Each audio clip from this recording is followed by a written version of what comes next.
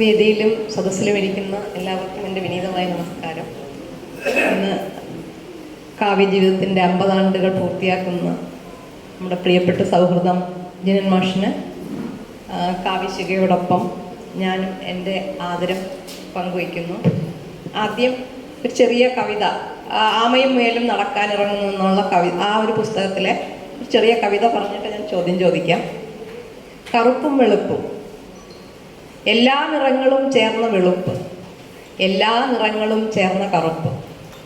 കറുപ്പെന്നു കേട്ടാൽ വെറുക്കുന്ന കൂട്ടരെ, വെളുപ്പെന്നു കേട്ടാൽ വെളുക്ക ചിരിപ്പോരെ. കറുപ്പും വെളുപ്പും കലർന്നതീ ലോകം, വെളുക്കുന്നു സൂര്യൻ ഉദിക്കുന്ന നേരം, കറുക്കുന്നു സന്ധ്യ കഴിഞ്ഞുള്ള നേരം. വെളുപ്പില്ല എങ്കിൽ കറുക്കില്ല കാലം, വെളുപ്പില്ല എങ്കിൽ കറുക്കില്ല കാലം, കറുപ്പില്ല എങ്കിൽ വെളുക്കില്ല കാലം.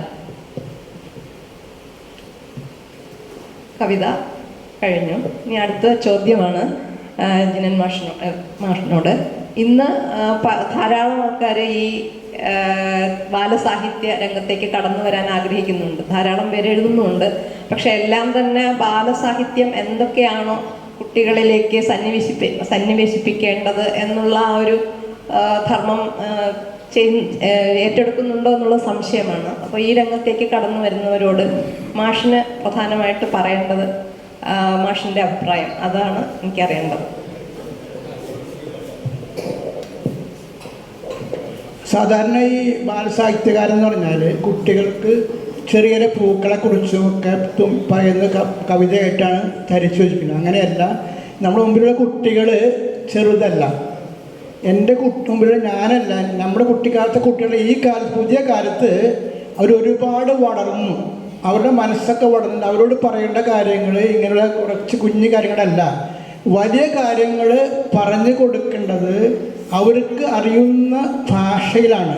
വലിയ വലിയ ഭാഷയിൽ പറഞ്ഞു കഴിഞ്ഞാൽ മനസ്സിലാവില്ല. സംസാര ഭാഷയിൽ പറഞ്ഞു കഴിഞ്ഞാൽ പാട്ട് പോലെ ആവണമെങ്കിൽ ഞാൻ എഴുതുമ്പോൾ കുറച്ച് രാഗമൊക്കെ വരും, താളമൊക്കെ വരും, പ്രാസൊക്കെ വരും. ഇതൊക്കെ ഉണ്ടെങ്കിൽ കുട്ടികൾക്ക് കേൾക്കാനും പഠിക്കാനും, അതിലവസാനം ഒരു ഗുണപാഠം ഞാൻ പറയാറില്ല, ഗുണപാഠമാണെന്ന് പറഞ്ഞിട്ടല്ല, അവസാനത്തെ 2 വരിയിൽ ഒരു ഗുണപാഠം ഉണ്ടായിരിക്കും. ഒരു സന്ദേശം ഒളിപ്പിച്ച് വെച്ചിട്ടുള്ള കവിതകളാണ് ഞാൻ എഴുതാറ്.